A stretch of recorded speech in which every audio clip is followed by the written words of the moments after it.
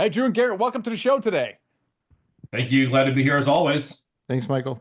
Yeah, so we want to talk about passive investing, right? So, especially for people who are interested in investing in real estate syndications and maybe haven't invested before, really don't know what they are, but they're interested in investing in real estate, but don't really want to do all the work, which is cool. And a lot of investors who want to get into real estate, they'll buy a rental property or a short-term rental property or something, and they discover, first of all, it doesn't make a lot of money, and number two, it's kind of a pain.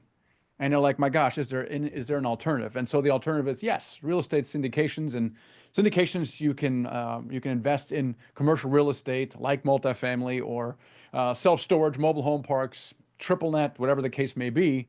And so we tend to invest in multifamily, but the principles apply to other asset classes as well. So we want to ask kind of rapid fire a lot of questions around syndications. First of all, what is a syndication, Drew, kind of in most basic terms, real estate syndication?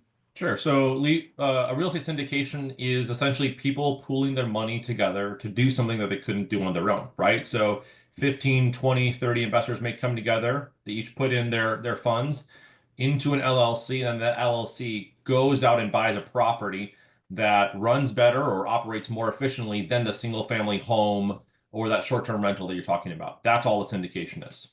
All right, so it's basically pooling investors' money together, and an operator, for example, us, Nighthawk Equity is the operator. Correct. They will do all the work. So the benefit obviously is that the limited partners, the investors or LPs for short, they don't have to do the work because an operator like us are doing everything. From an investment standpoint, what are some of the benefits of investing in real estate syndications, Garrett, would you say, over like the stock market or something else? Yeah, so it's really three ways that you can make money in a real estate syndication. One is cash flow, so you're able to get cash flow typically in the 5 to 8% range annually. In this environment, you're also your capital is working for you while it's creating these returns, so you're getting appreciation on whatever you invest over time. So the idea is the real estate's going up through forced appreciation or just appreciation in the market. And so that's working for you.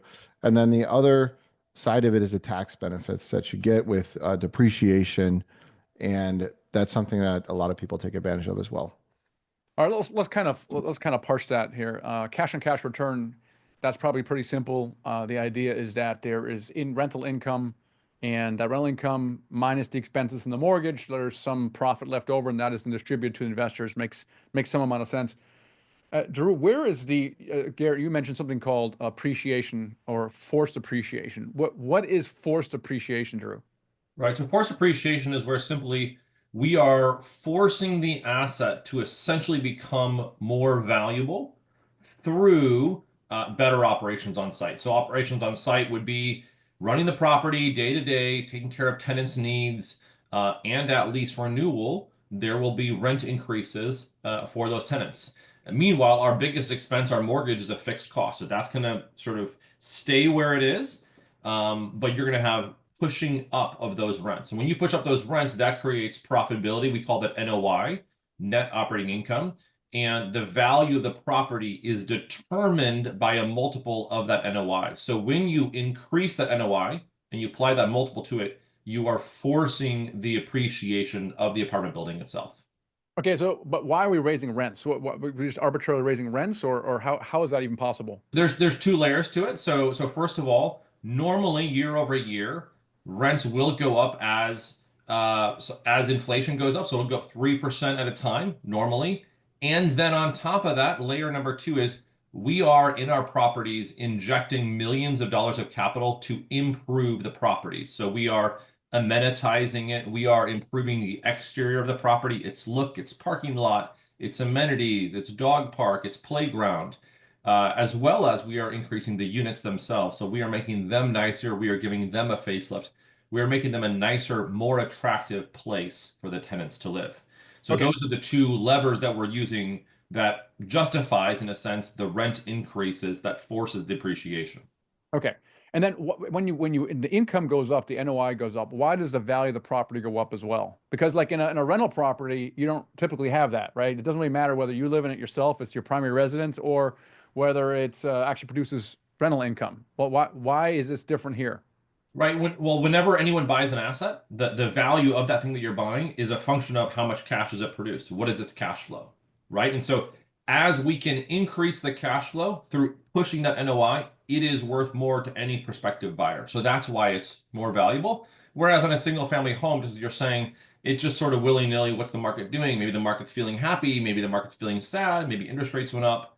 You don't have direct control over that price. But here, because you're forcing that appreciation and it's analyzed as a business, the value goes up. So I think a lot of investors like that because you come to them with a plan. Hey, we're going to renovate these units. We have a property next door that has $300. Their rents are $300 higher, but they were just recently renovated, and so we're going to replicate that thing. And once we get the rents up a little higher, it might take us a couple, 2, 3 years to do that. Then that property will be worth more because commercial real estate is valued like any kind of business. The more money it produces, the more it's worth. And so we like that because we can take a business plan to the investor saying, look, here's the property. It's performing like this because of these things. We're going to do these things to it. Therefore, we can raise rents and thereby value. And then in 5 years, we can sell. And it kind of normally makes sense to people. So it's not like, oh, well, we hope the market will go up and we hope to make money, but actually we have something in our control that we can do. So a lot of investors like investing in a plan that actually makes sense. And I think that's important. Now you said, Garrett, another advantage is tax benefits, right? So typically when you buy something like stocks and you sell it, there's capital gains. I mean, it's like that with really anything. Why or how is real estate any different? So with real estate, what you get is a paper loss. So anything that has to do with the tax code, the tax code's put together by the government to incentivize people. People think, oh, it's just this burden that exists out there. But there's rules inside the tax code that if you do certain activities, you get tax breaks. And so real estate is one of those major areas where you can get tax breaks because the government wants people to buy and develop properties, rehab them, et cetera. So what you do is if you invest in a piece of real estate, you get something called depreciation. And it's typically over 27 and a half years. That's normal, where they depreciate it every year. And that's a paper loss that you can pick up. So what you can do in real estate now is there's something called bonus depreciation or accelerated depreciation, and you get a special report that tells you how you can break that out into a schedule that's much quicker than the 27 and a half years. And then you can take those losses and use them to offset. Really, if you're just a passive investor, it's your passive gains.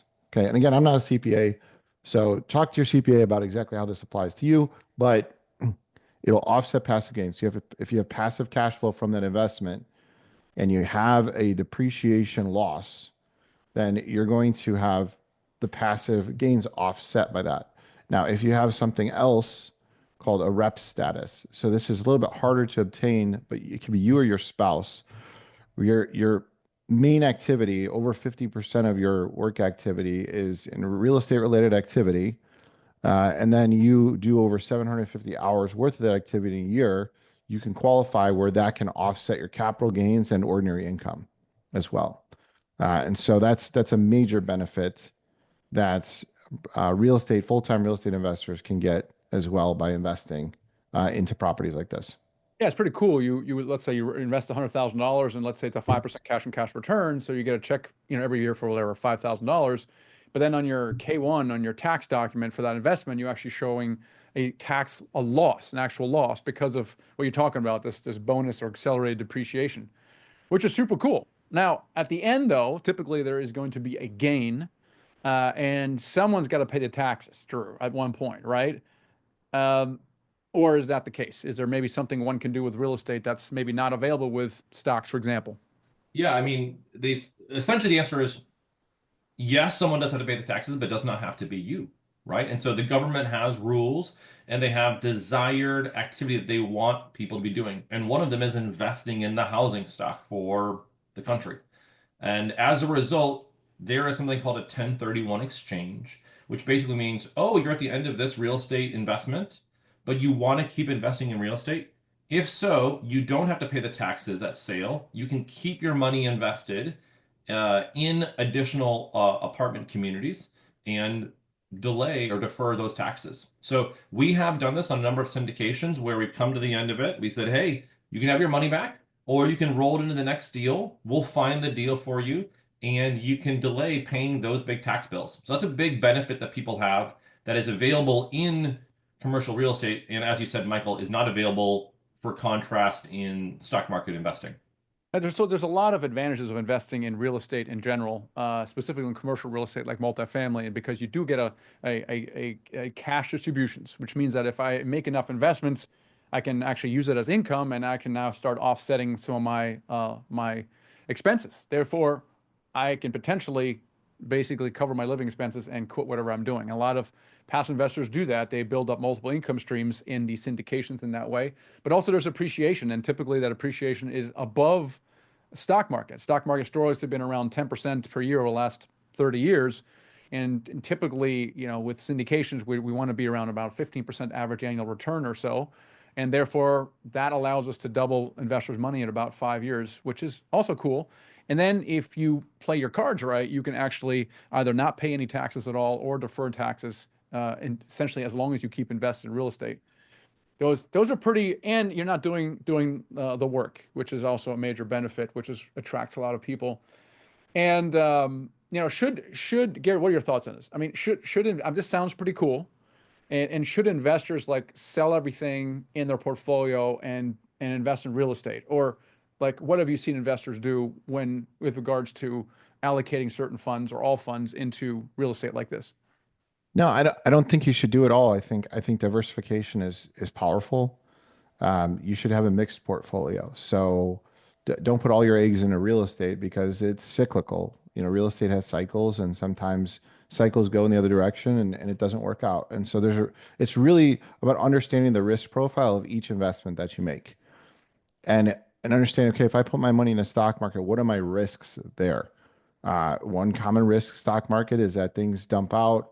You don't really control anything with the company that you're investing in, and something goes belly up, and then you're out of your position, and you have nothing, right? Like that's happened to people before. Um, or you can sell because it's liquid, so you can just go and sell everything because you get scared one day.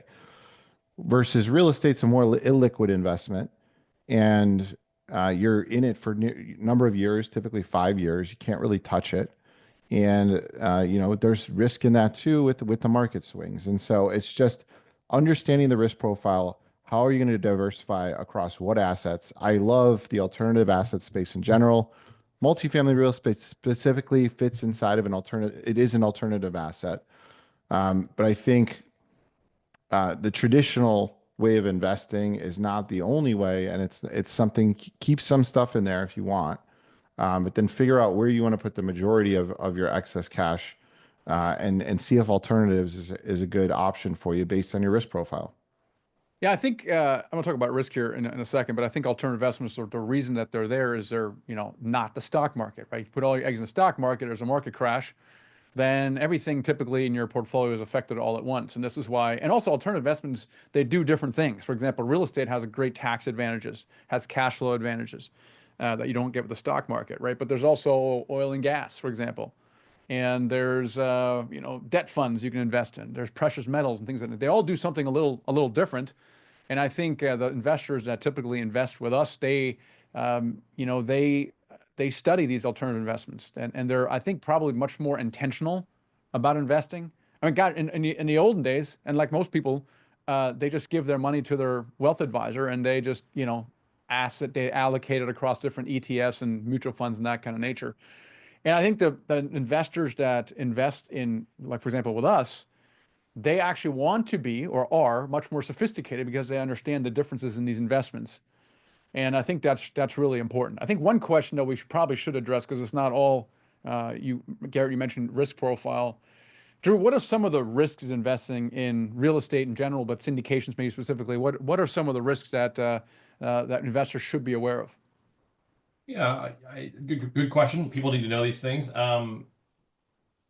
We've experienced in the last couple of years, right, a market where, as a result of the tremendously low interest rates that happened 3 or 4 or 5 years ago, there's been a lot of apartment buildings built around the country, historic amount, right? And so when you have a lot of supply and the same amount of demand, you're going to see prices be soft. So we've seen prices be soft for the last couple of years, and that's been a big issue for good operators to survive in. And we're pretty proud of what we've done in the last few years to navigate these difficult times. But that's something that can happen, right? So the flip side is that as you flooded the world with money during COVID, there was a lot of inflation. And then the government responds with higher interest rates, and that impacts things too. So these things are some of the headwinds that investors can face. On an operator level, right? If you're the investor and you're trying to choose between this syndicator and that syndicator, this is not a simple business.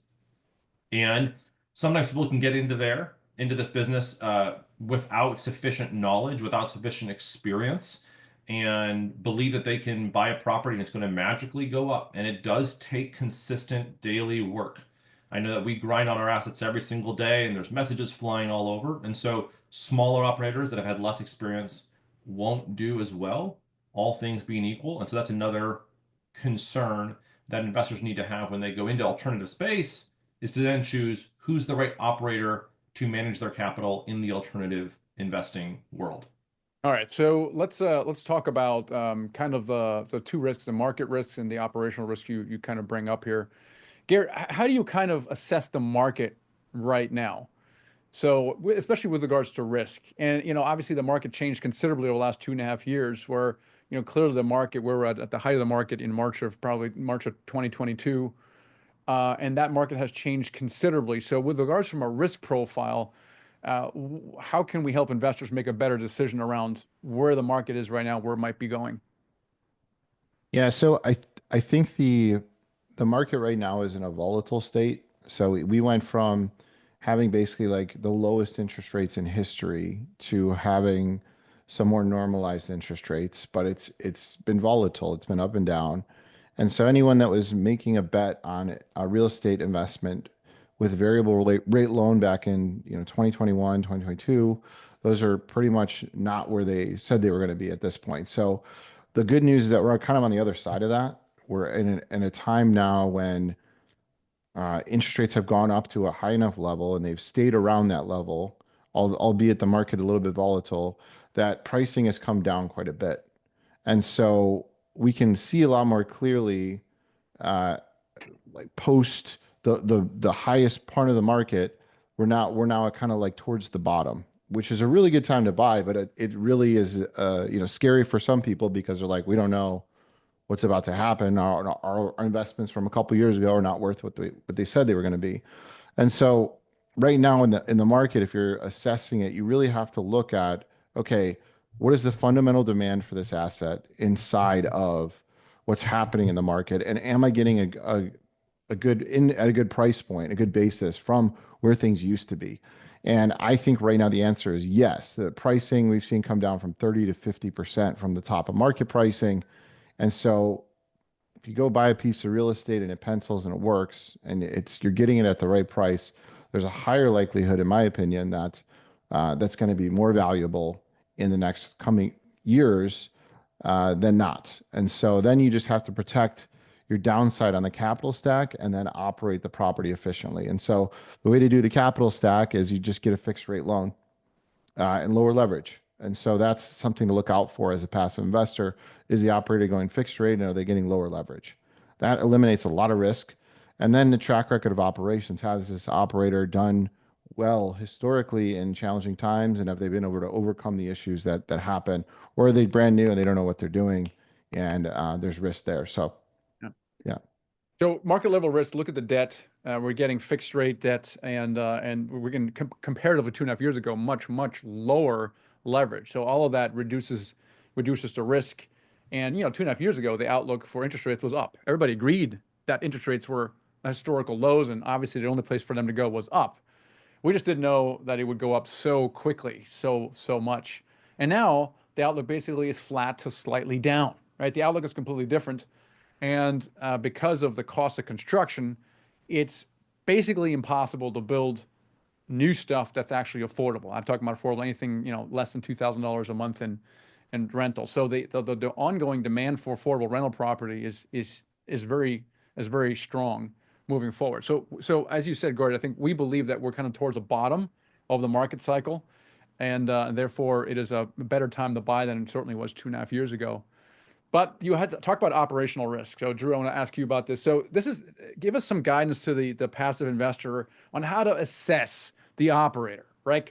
What is some of the operational risks that we face, and how can an investor tell whether an operator is better positioned to operate or not? Because in the olden days, any time after really 2015, right? I mean, the operations really wasn't that strong because the market kept going up, and you could be a complete imbecile and make money, and so it really wasn't that important to be able to operate. It just means that you made less money than if you were a good operator. But those times have most definitely have changed. But it's sometimes difficult from an outside investor looking in to tell the difference.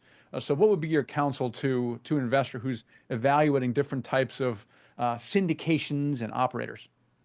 Yeah, I think it comes down to experience and manpower is what I would say, right? So as you said, in 2015, asset prices were going up so much that operations weren't at a premium, right? So you could just buy an asset. And this is what most people did, truth be told, was they bought an asset, they threw it over the fence at a property manager, a third-party property manager, not themselves. They said, go run the asset, just go do all the stuff. And there wasn't a lot of oversight over that party.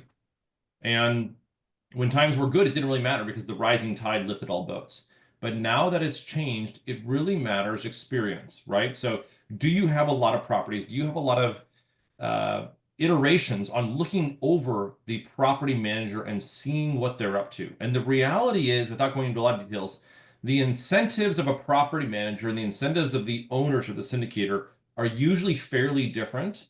And you need good oversight of the property manager and choosing the right property manager to solve that challenge, right? So then that gets to manpower, right? Which is, do you have people on the syndication team to look over the asset on a day-to-day, literally day-to-day basis to make sure that it is on plan and doing what it's supposed to be doing? Or are you somewhat checked out and you're just kind of on a wing and a prayer, hoping that they're doing a good job? Some operators have that manpower, many don't, and that can make the difference in whether you achieve the goals that you believed as the investor when you invested in that syndication. Yeah, so what you're saying is you're looking for an operator that actually is investing or investing heavily in the ongoing operations of that. You talked about looking over the property manager. We call that an asset manager on our side, right? They really are looking out for the owners, that is the LPs and the GPs, and making sure the property manager is actually performing and maximizing the potential of the property.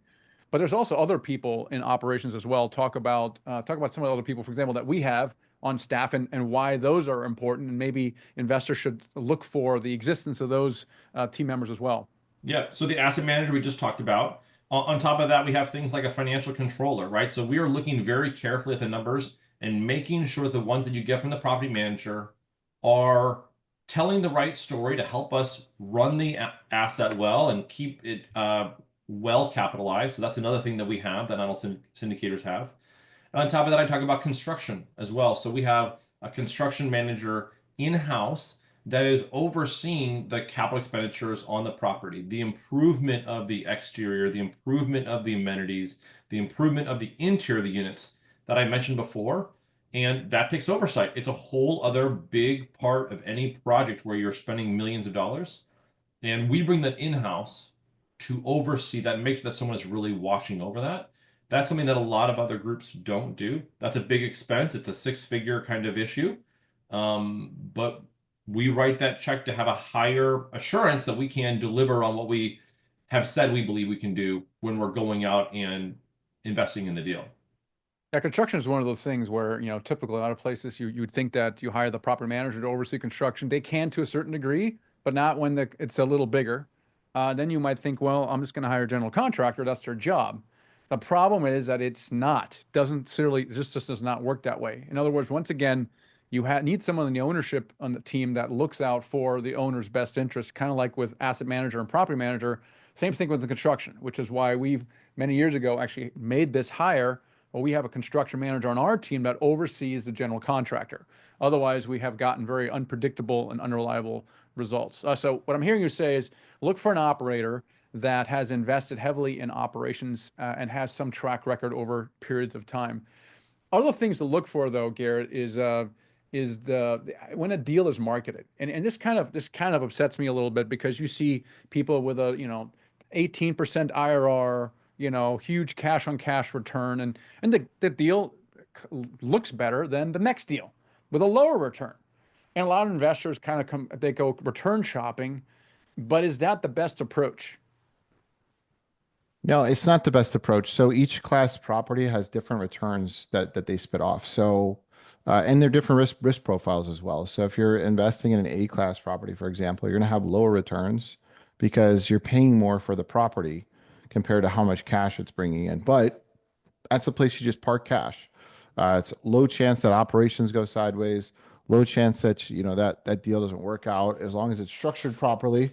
So you're gonna get less on that deal, but it's less risk adverse as well.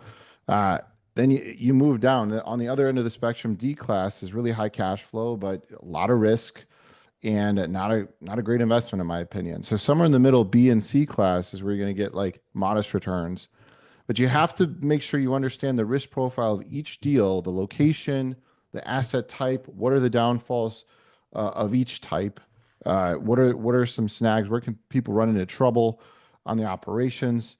Historically, A class is the easiest to run, and then B class is the second easiest, then C class is a little bit tougher, and D class is the hardest.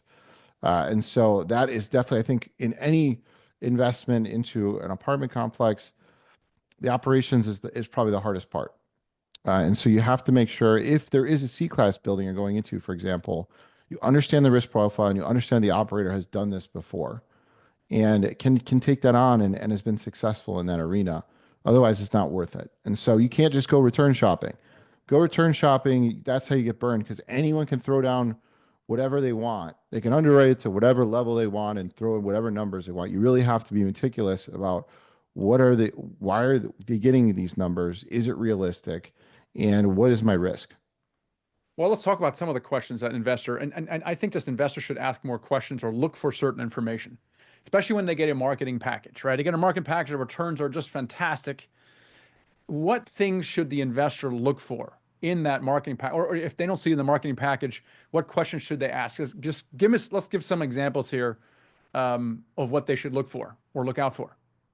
Pay attention to the assumptions around the first thing, the reversion cap rate. I think that is a big lever to pull. What's the reversion cap rate? Reversion cap rate is what cap rate you're assuming that you're going to get on the exit. And so if you're going in and you're purchasing a cap rate is an instrument really that's used to value a property in a current environment. That's just a general, I'm not going to go too deep into all the cap rate stuff, but right now, for example, you can purchase at a 6 cap. That's market, around 6 cap. And it's based on vintage and it's based on location. And so if you're buying at a 6 cap, it's going to spit off a certain price point that you need to be at to buy that property. So when you exit the property, you're assuming a certain cap rate that it's going to exit at. And that calculation is going to tell you what you're going to pay at the end.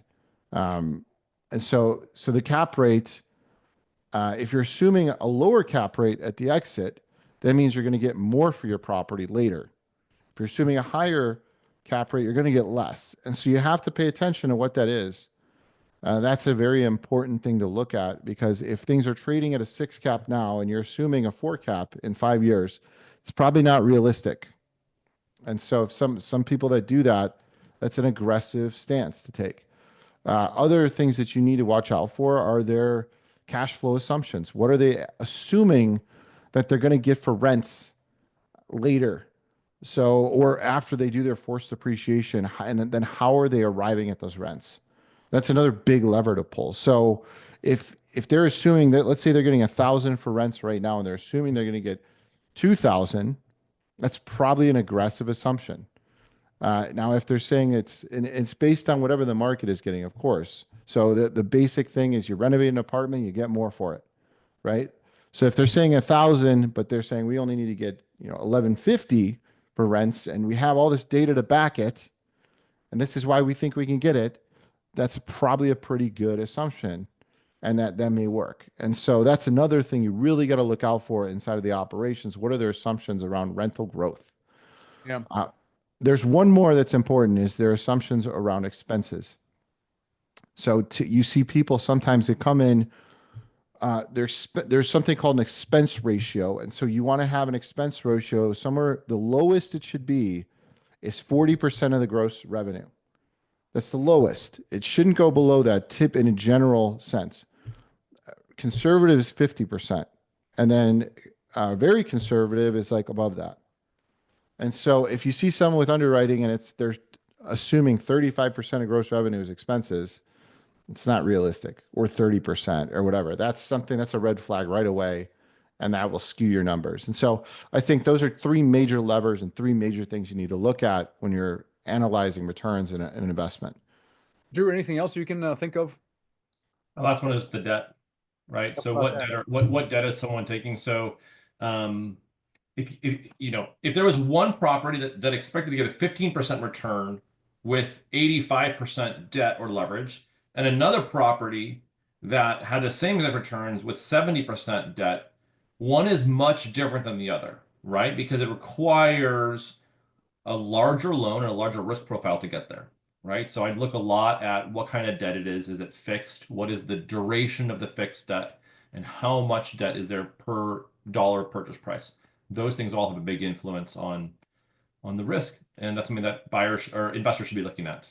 And the compatibility of the debt with a business plan. Like, for example, it's, I have 12-year debt, right? And they expect to refinance after 3 years. Well, did they write in the yield maintenance or the prepayment penalties, right? Did not do that. Well, that's going to make a gigantic difference if you think you can refinance a sell in 5 years and you have 12-year debt. The other thing also that kills me is reserves. Like, how much extra reserves are you going to have at closing? Like, are you going to have a cash buffer, or are you going in it without any kind of buffer at all? Or, for example, are you replenishing reserves out of cash flow? Because if I don't replenish reserves out of cash flow, my NOI is going to be much higher and my returns are much higher. But it's also much riskier, right? So we're always replenishing our reserves out of cash flow as well. So if I remove that out of the P&L, my returns are going to be higher. And that's now why other operators' deals are now returns are higher and ours, for example, might be lower. So I think in general, though, the passive investors don't have to be experts in all this stuff, because most investors are, they're successful in their own, whatever they're doing, their job, their businesses. Just ask questions. What is behind the assumptions, right? And do the answers make any kind of sense, right? Because everybody knows they should have reserves and extra kind of money laying around, things like that. So those are what Garrett and Drew kind of talked about are probably the biggest things to look out for. And don't just go return shopping, because it's all about a risk-adjusted return, right? So you had a great return, that's cool. Then what is the risk? Are the assumptions more on the conservative side, or are they more on the aggressive side? And it's cool if they're more on the aggressive side, right? Then now you know where it is in the risk profile. Now you know that a certain particular portion of your portfolio can be more on the aggressive side, and some should be a little bit more on the conservative side as well. So those are some of the things to look for, is to look for that risk-adjusted return. So I think we covered a lot of stuff. There's still a lot of outstanding questions here. But if you're interested in passive investing in real estate, then check out nighthawkequity.com. There's a couple of resources there for you. We actually have a mini course that goes deeper in a lot of these things here. So you can register for free on that mini course. Just go to nighthawkequity.com and just scroll down a little bit, and you'll see the mini course towards the bottom of that page. Check that out. If you are interested in investing in opportunities, then the best way to do it is to just hop on and schedule a call with us, also at nighthawkequity.com. Join our investor club. If you join the investor club, you'll fill out just a very short survey. You'll be on the list, and you'll be the first to know that there's an upcoming opportunity available as well. So check that out if you're more in the passive investing side. So Garrett and Drew, thanks very much for being here today and talking about jamming a little bit about passive investing. Glad to be here. Thanks for the opportunity. Thanks.